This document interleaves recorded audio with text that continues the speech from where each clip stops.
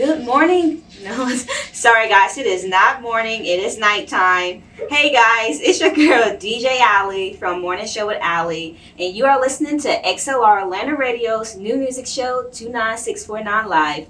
Tonight we have a special guest in the studio, the talented musician Amy B. She will be playing live in the studio tonight, and she's our first live performance here at XLR, so we're super excited for that.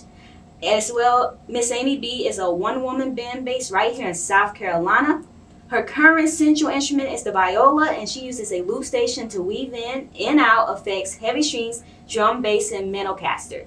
If you don't know what a manocaster, I will have Miss Amy explain to you what a manocaster is. If Miss Amy, if you could explain what a manocaster right now is. I'm sorry, Allie. Yes, a manocaster is basically a mandolin with, it looks like a little guitar. You can look it up, but it is, I'm holding it right now. It's kind of like a mandolin that looks like a Fender Stratocaster. So if you imagine a combination between those two things, that's what it is. Oh, that's really cool. Well, she will be starting to perform for us tonight, and we're super excited to hear some cool music for her. Miss Amy, take it away. Thank you, Allie. All right, so the first song that I'll play is called May I. Here we go.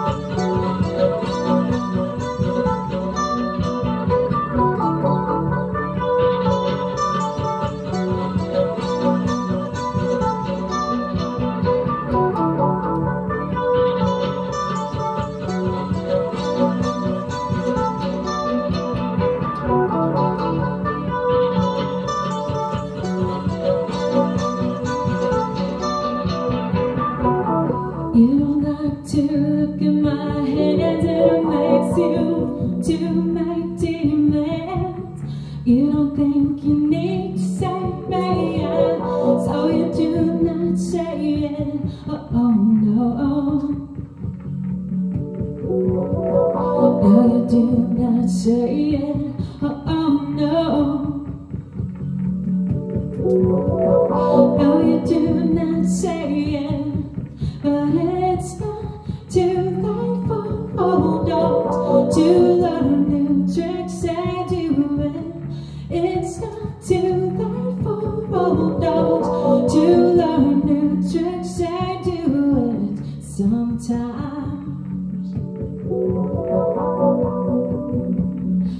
made you wish sometime.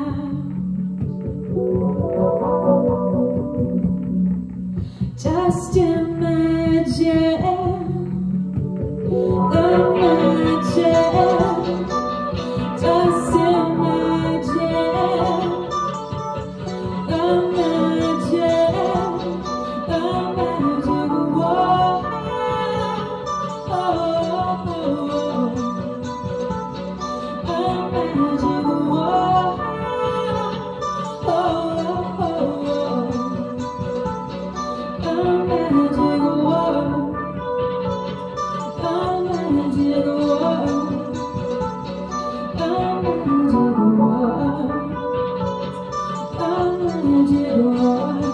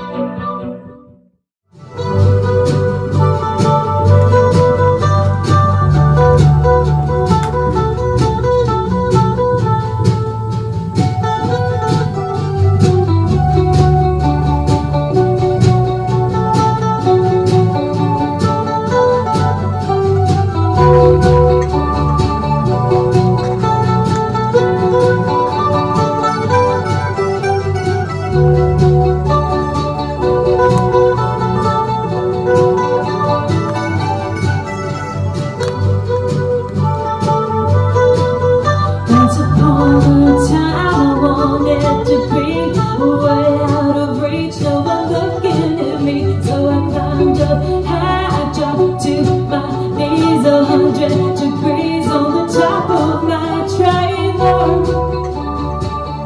I was burning up on the top of my trailer, and burning up, and it just might melt away. I can't see out there beyond where the sun reflecting 1,000 rectangular prisms. I feel alone without my home, but you let me know I could take you there with me. Listening, yeah, you always were with me. Listening, now I never was alone.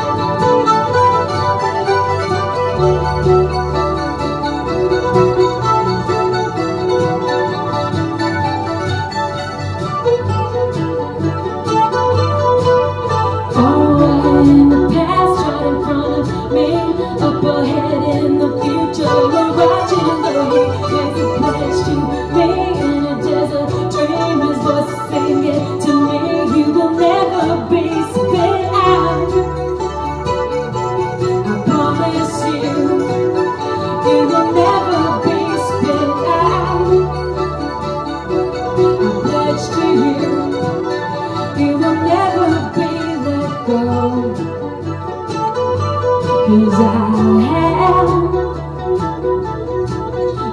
have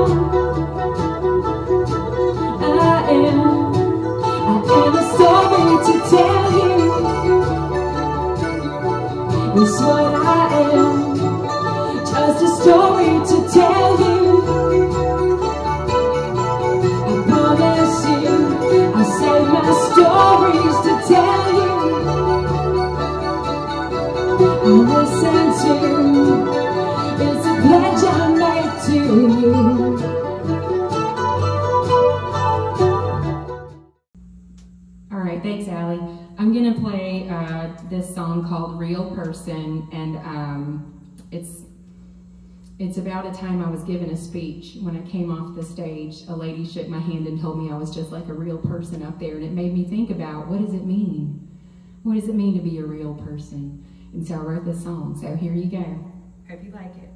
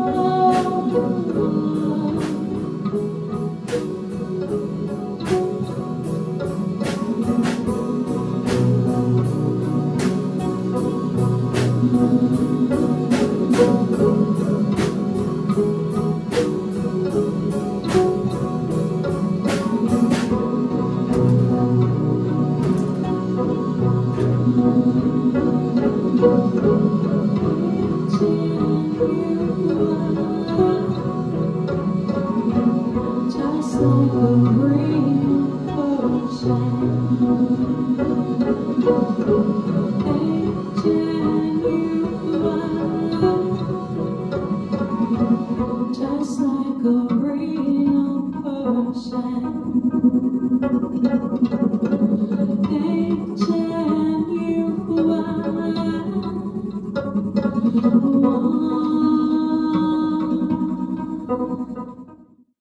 rockstar vibes, but her voice is really soft.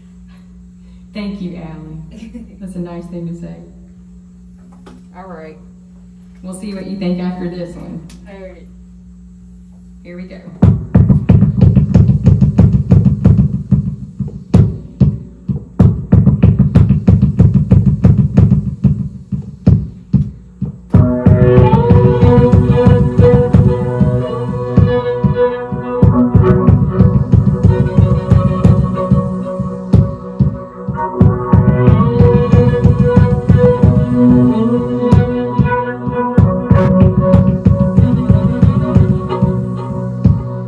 he's a monkey of the sea, swinging through the murky trees, happy even with no breeze. 'Cause under there, there's nothing to bite him. There's nothing to bite him. There's nothing to bite him. He got nothing to bite him. Underwear, underwater, underwear, underwater, underwear, underwater, underwear, underwater, underwear.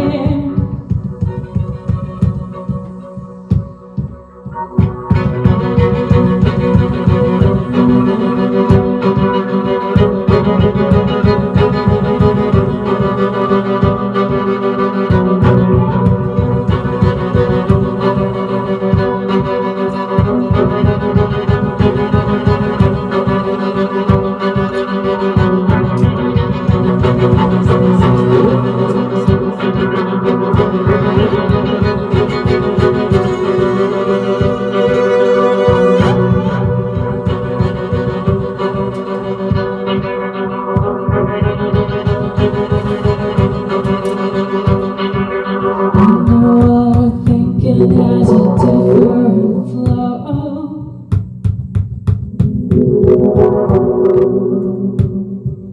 Underwater thinking it's soon. Oh, slow.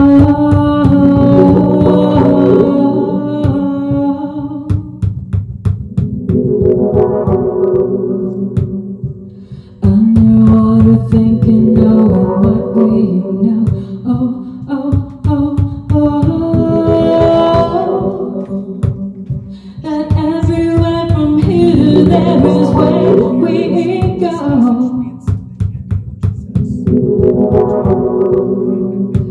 Underwear, underwater, underwear, underwater, underwear, underwater,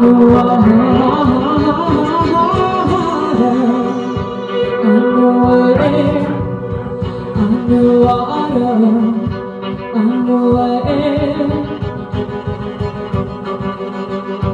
He's the monkey under the sea. He's under the water. He's the monkey of the sea. It is under the water. He's a monkey of the sea. It is under the water. He's a monkey of the sea. It is under the water. He got nothing to bite him. Got nothing to bite him. He got nothing to bite him.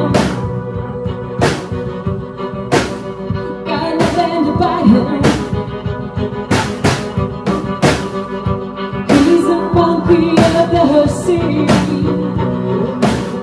It is under the water. He's among the other sea. It is under the water. He got nothing to bite him.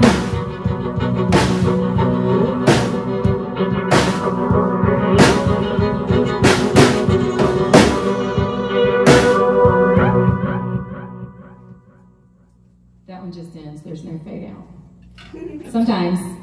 Depends on the day. I like that song.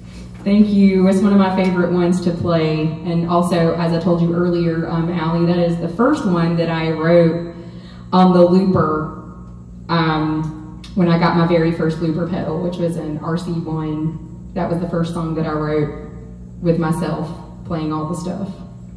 I like that. I love it, yeah. Oh, and when I ask you questions, can you please speak in the mic? We just got a text saying they couldn't hear your responses. Absolutely, I always will. Thank you.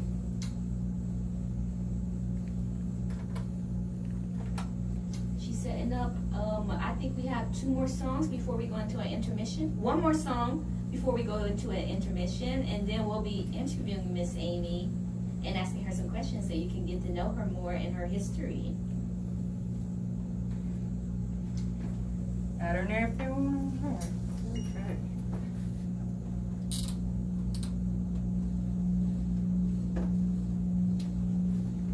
So guys, so Halloween is coming up, and I would like to know what's everyone's favorite Halloween movie. So far, Friday the 13th has been voted the most likable Halloween movie on my YouTube. So y'all should go and check out my YouTube. It's Alice J26. ALICE, the letter J26. I will be posting the video of Miss Amy B performing if you missed it out tonight. So go and subscribe, like, and comment. Miss Amy, are you ready? I'm ready. All right, so this last song I'm going to play is called Sweat. There's some that in here.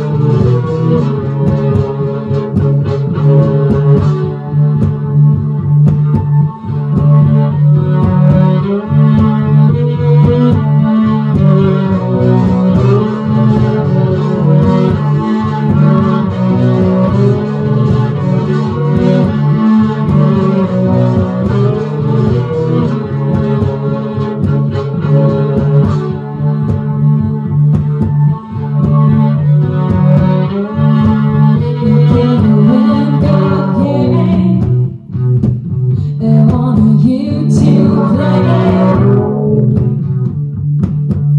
You don't know what I want to play.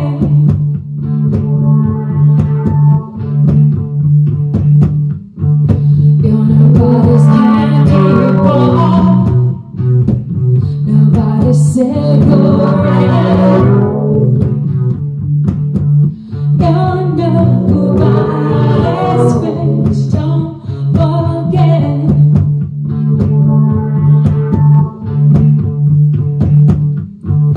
Baby, don't forget.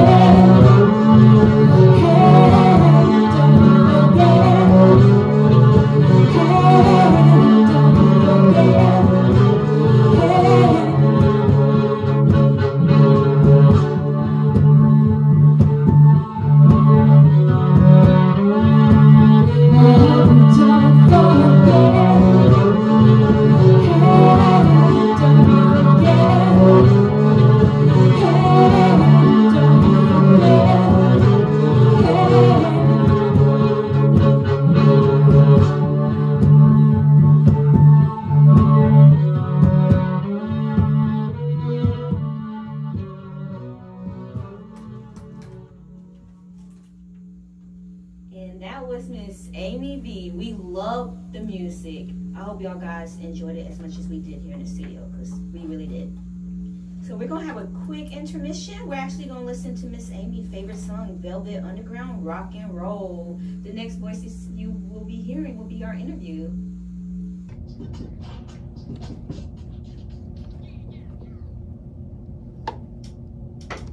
And we are back. How are you, Miss Amy? I'm doing well, Allie. Can you hear me this time? Yes, a little better. Can you hear me a little bit better this time? Yes. All right.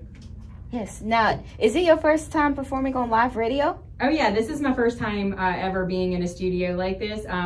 And I was saying before, this is the smallest place that I've ever played, so it's really interesting for me. Sometimes I really like to spread out and even get down on the floor, get on my knees when I'm playing, kind of have easier reach to the pedals and stuff like that.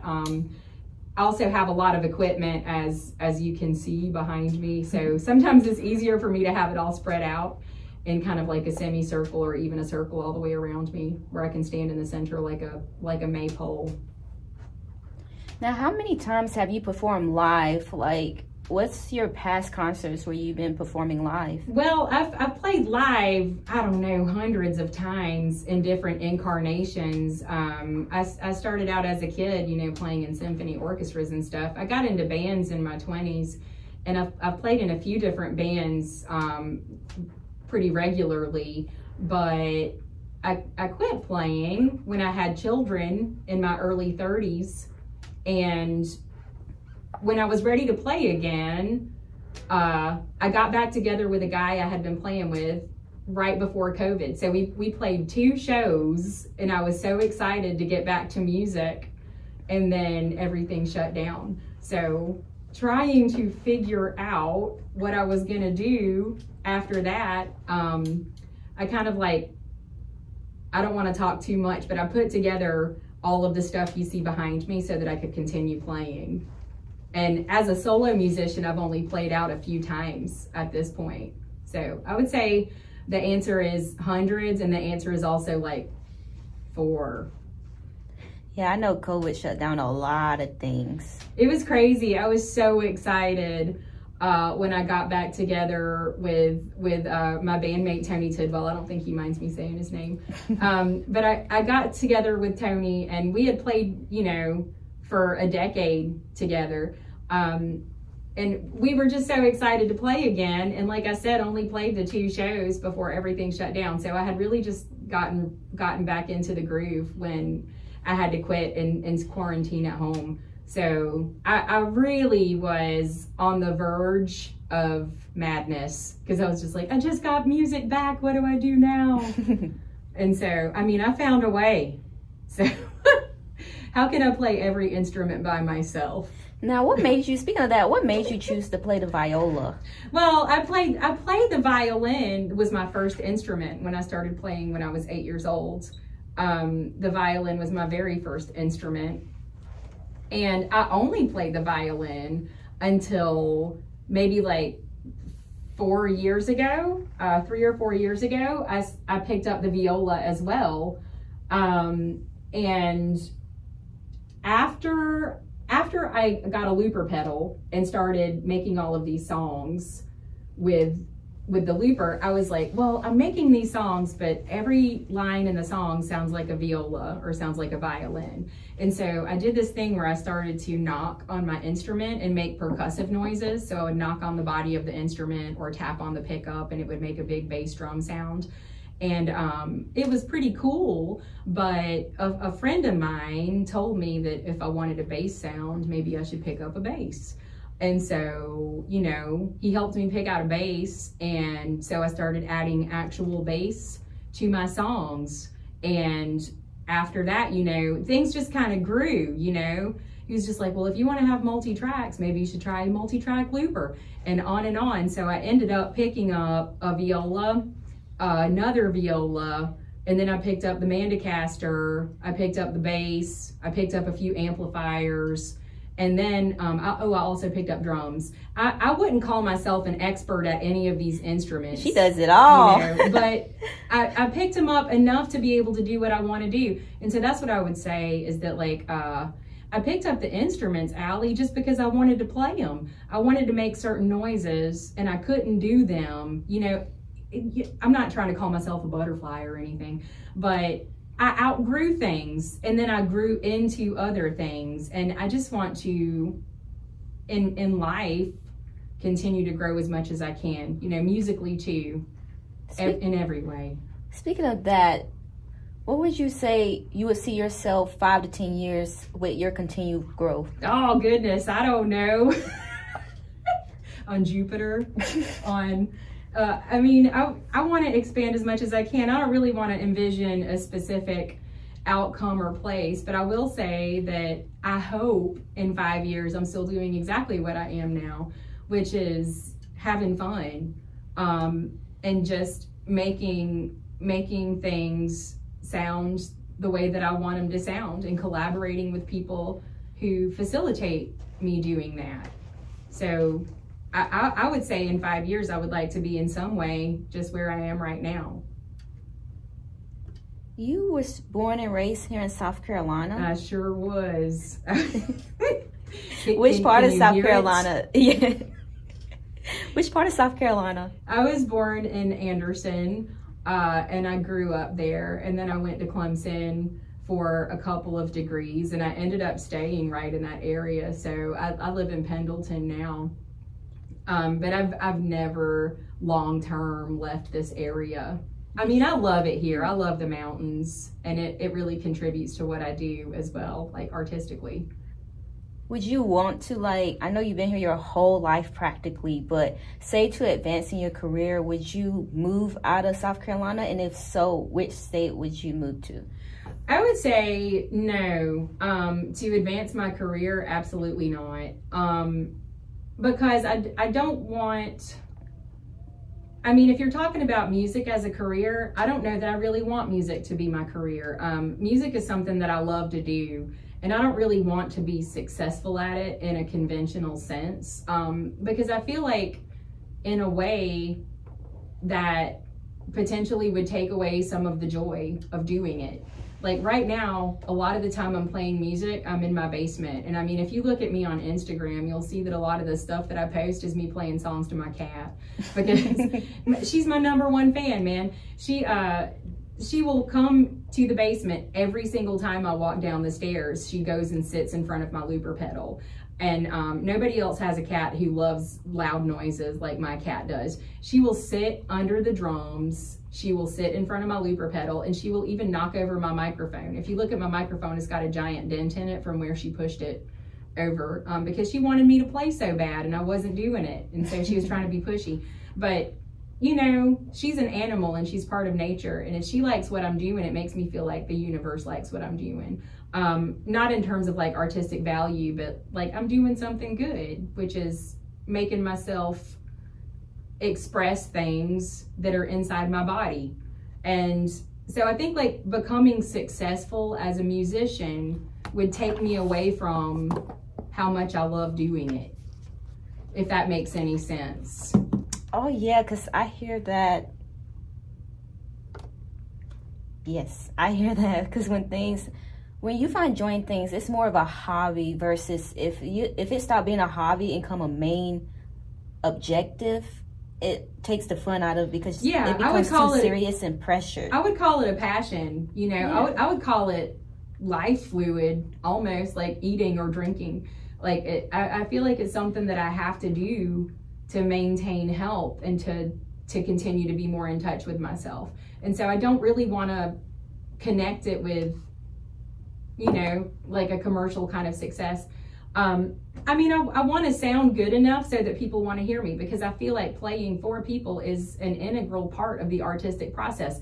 It's a communication, and I need other people to hear what I have to say if I actually want to call myself an artist. But I don't want to associate it with, you know, making money or anything like that. I just want to go into my basement and play music in my cat, and like every now and then wander out and find some people to fiddle in front of. And if y'all didn't know, she's a professor. So she's a professor and a musician, not a magician. Listen, I'm a magician too. Make things disappear. Woo. I want to become a sonic wizard. But no, like, how do you balance the two? Because I know being a professor, it's a lot of work. Well, it is a lot of work. And I mean, I maintain boundaries is how I do it. I say no to things that would block me or inhibit me from being able to participate in this kind of creative process. So pretty much, I mean, I don't have a social life is the answer to that question, Allie. Oh no. No, I'm not sad about it. I gladly spend my time the way that I spend it. And I'll say a lot of times what I'm doing in the classroom kind of translates into what kinds of thought processes I'm having. So like I wrote a song about this Kate Chopin short story, The Story of an Hour, because it spoke to me, what the woman was going through and how she felt. And a lot of my students interpret that story. You should go read it if you haven't read it. It's only a page and a half long. They interpret it as a woman who didn't really love her husband. Her husband dies, and you know, she feels free for the first time. So they're like, oh, she didn't love her husband. And in my interpretation of that story, this woman is expressing grief in her own way, but also it's like her choice how to express her grief. So in my mind, that story is about being free to express yourself however you want to, no matter what people expect you to do or anticipate from you. And I mean, that's right. If they don't understand it, that's their problem. It's not mine. So I wrote this story about her hour of freedom. So my point is, like, a lot of times in class, things really synthesize in my brain and assist me in the creative process, whether it's a story that I'm reading or whether it's something that one of my students tells me, or, you know, social interactions that I have with these people that I'm trying to help through their lives as well, because I teach communication, so I need to get better at it myself. You know, we're all learning together. Hopefully I know what I'm doing. Speaking of that, what would you say your greatest strengths and weaknesses are as a musician that you hope to enhance or improve for yourself? Oh, I think my greatest strengths are that I'm willing to try anything and also willing to make a fool out of myself.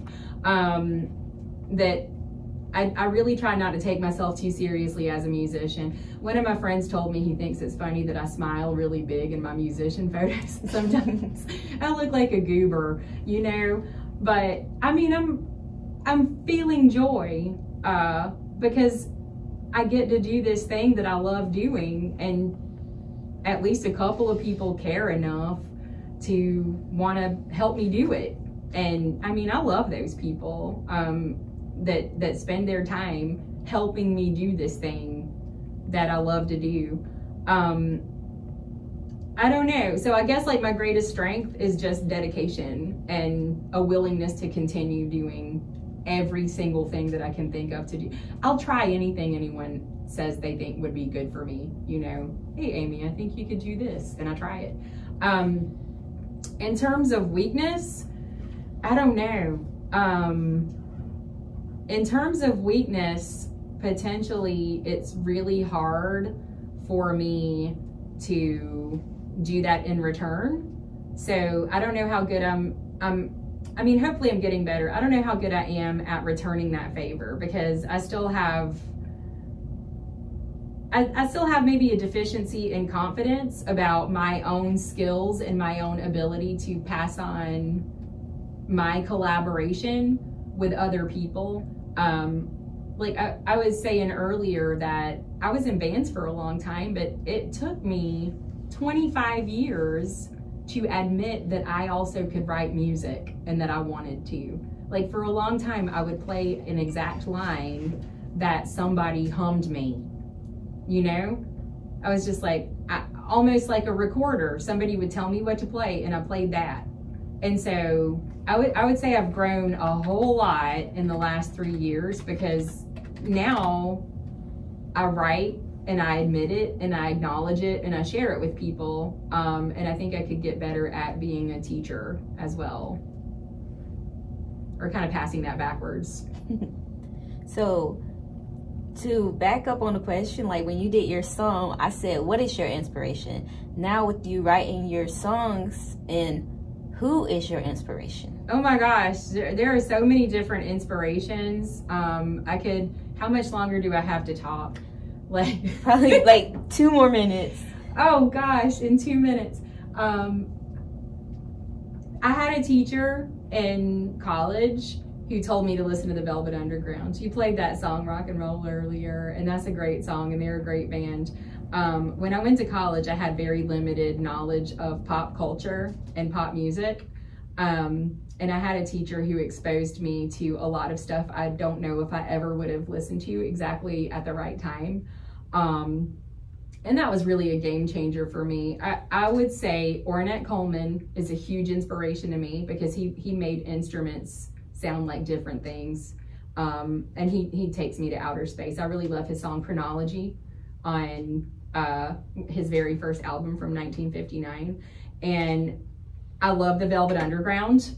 John Cale, who played viola in that band, is my biggest instrument inspiration ever. And I've really gotten into Arthur Russell in the last couple of years. I love how he I love how he lyricizes. I love how he writes music and how he comes up with his lyrics. It's really different than anybody else I've ever listened to. Thank you for telling us that. You're welcome. Now, do you have any upcoming performances that you would like to shout out on air right now? I don't have any solo performances coming up. I've got a few performances with my bands, but I will post upcoming stuff. I probably will play later in the year at Inshow 8 Art Gallery up in Greenville. But I will post stuff up on Instagram and link you guys with it. Yes, and what is your Instagram? Amy B Musician. Yes, go and follow her guys, and don't forget to follow XLR Lander Radio, and don't forget to follow your girl DJ Allie at DJ_Allie_show. That's right. But thank you so much, Miss Amy. We enjoyed having you in the studio. Your music was really awesome. You had us rocking out. Shoot, I've had a wonderful time. I really want to thank you for inviting me here. It's been a great experience. And thank you guys that's listening right now for tuning in to XLR Lander Radio's new music show, 29649 Live. We hope you enjoyed the awesome music and lively conversation with our special guest, Amy B. Stay tuned for more exciting shows and keep rocking.